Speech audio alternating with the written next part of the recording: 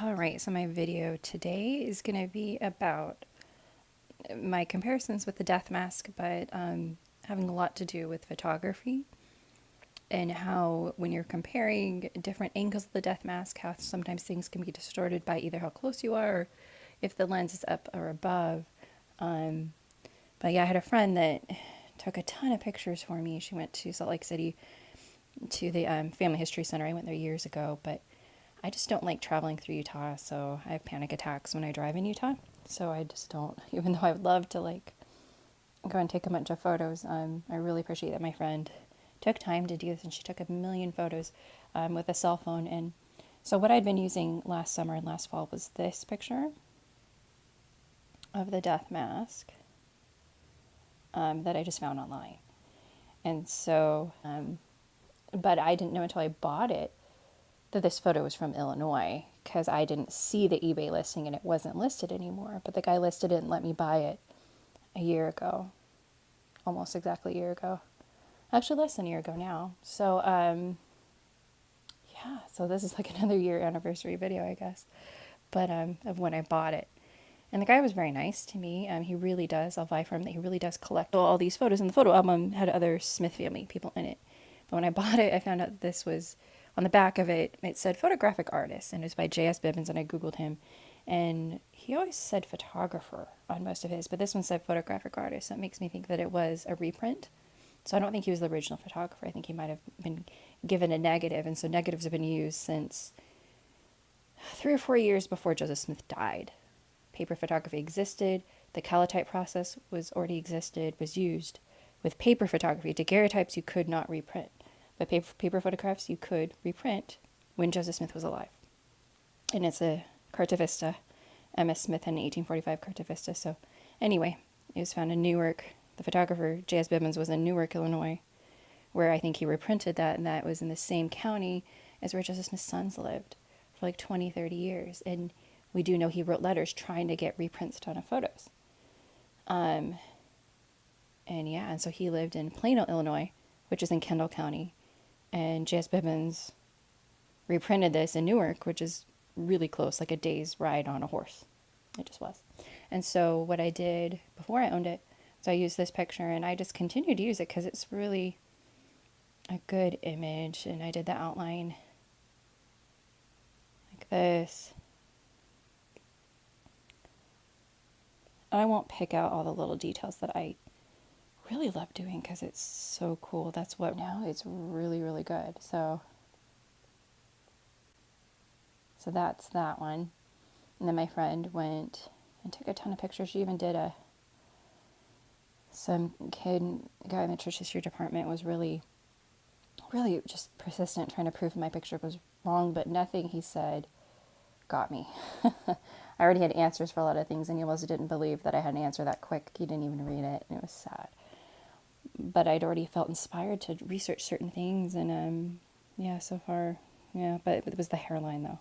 Hairline and the ears are what this one person that really did try to attack me went into. And when you look at, I love that my friend did this. She got up really high, and you can see how far receded his hairline really was, and that as you get over here, you just start to see, oops,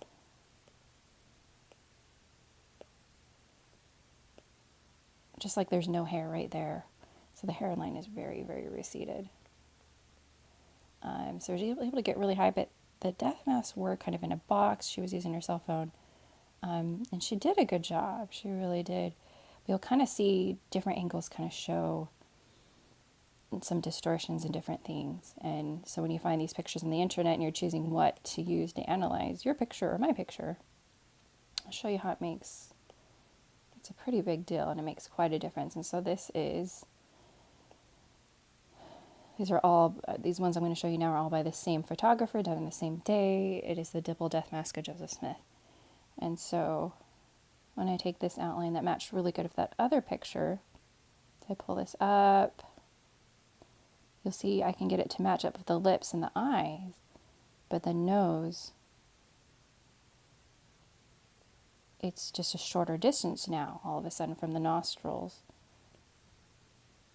up to the eyes, and I'll kind of give you another example here of another picture she took right here to explain. So she's doing, this is a little more dramatic, but this is coming, so the camera is basically angling up and it's farther, you know, it's lower on the body, if that makes sense. So it's more of an up the nose shot a little bit, which is mostly what people are going to get when you go to the Church History Center, because this is basically probably level to the glass right there.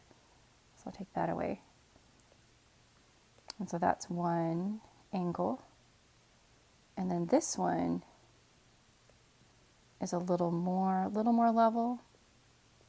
I think the third one I'll show is probably the most even, where it's not coming up the nose, or as far as being the camera lens being on the same plane as the face, if that makes sense. And so I'm going to move this outline. I see it's getting a little bit closer because it's a little bit better angle. Again, this is the same photographer, same death mask, same day, everything. So continue on, and I think this one, as you'll see, it's a little distorted because it's quite a bit closer, but it's very even with the face. And then all of a sudden, oh, the nose matches up and the lips match up because it was a more even shot. But she had to get a little bit closer to do that. She was using a cell phone. So sometimes when you use a cell phone, it can get a little bit distorted. You can see the nose, it's lined up, the lips are lined up. And like I've said before, his lips are definitely pursed, but the chin is like perfect. So even though it's a little distorted, the nose looks a little bit bigger, as I'll kind of show you in a second here. But it's really good. So this one, I'll say number 3 picture is the most, the camera lens was more on the same plane as the face. And so if I show you this one that was a little bit farther away, that's not so distorted.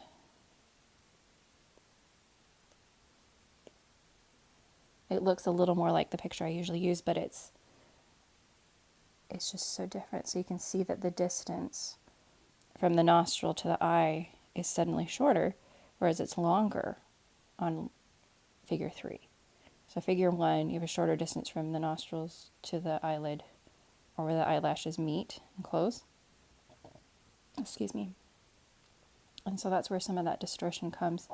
But number 3 really is the best, even though it's closer and the nose looks bigger. And the face looks a little bit wider in 1, and it looks more narrow in 3, but yet it still is on the best plane and angle there.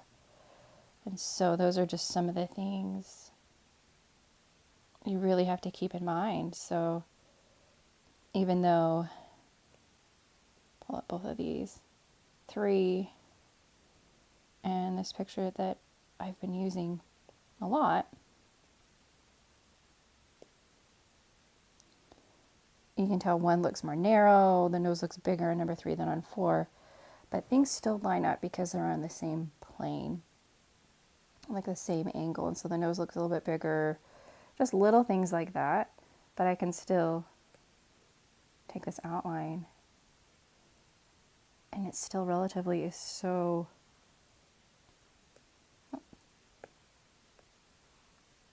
just almost perfect right there. Grab it, drop it, things match. And so I kind of followed that shadow on his nose right there underneath. I don't usually color that in from 1840s man, but you can see how well it really matches up so well on figure 4 as it does on figure 3, even though there's a little bit of distortion because of how close the camera is, but she has it on the right plane. And so how these things are photographed when you're doing your own analysis of what you think might be a picture of someone or Joseph Smith or whoever, those are important things to learn. And so you learn that when you take art and take photography. And I've done a little bit of photography with families and kids and babies, and I've also done art a little bit professionally. I'm not, but I have kind of told people I want to have a little bit of respect, whereas this is my work, I own it. And so if I'm sharing my picture with you and you're going to refuse to show me what you're doing with it, kind of bothers me a little bit, but I'm not mad at that person that I did that with, and then someone else wanted it, but actually was supportive and believed me. So, and I didn't give it to him because I had just gotten it. And then a few months later, someone else I just thought would help me, but then they wouldn't show me what they were doing. But I basically told them I didn't really want them to, because I wanted there to be an agreement. And then it turns out one of the people I got stuck in a group email with was the suing type, and did sue someone. And it can be a little crazy with these things, and people have sued people. The Scannell photograph writing that book, Millions Shall Know Just again, but he was using someone else's work and things like that, and that's where it gets a little, you got to be careful. And so, I mean, this is real, and it's really cool, and I'm very grateful that my friend went ahead and did all this. And I apologize if anyone's offended that I've told them I don't want to send them a high resolution copy of my picture or give them something, because I don't want to give something to someone if it's sort of like, but you're not going to do anything for me. And then the person that I did give it to really didn't do anything for me and wasn't going to tell me anything that they were doing on their end. So I have a couple critics, but none of them are artists. The artists have been very supportive and see what I see, which is really neat. But again, I'm not going to quote and name drop a bunch of people without their permission. I just know some of my art professors have been very supportive, and I think if this is him, I do think it is, but I think over time I'll be able to prove it. It's definitely possible.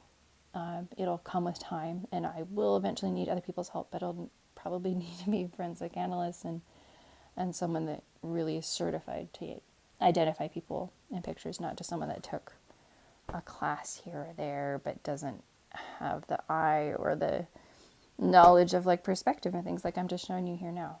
So if you do that little dot test on that picture,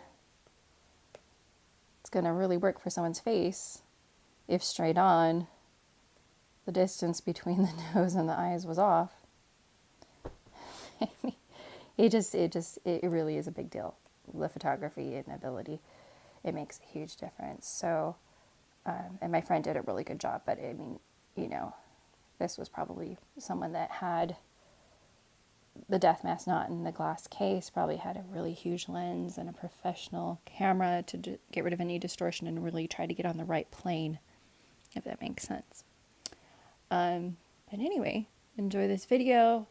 I know don't have a million followers, but that's okay. But this is just to address things that come up and things that I learn as I go on. And anyway, have a good day.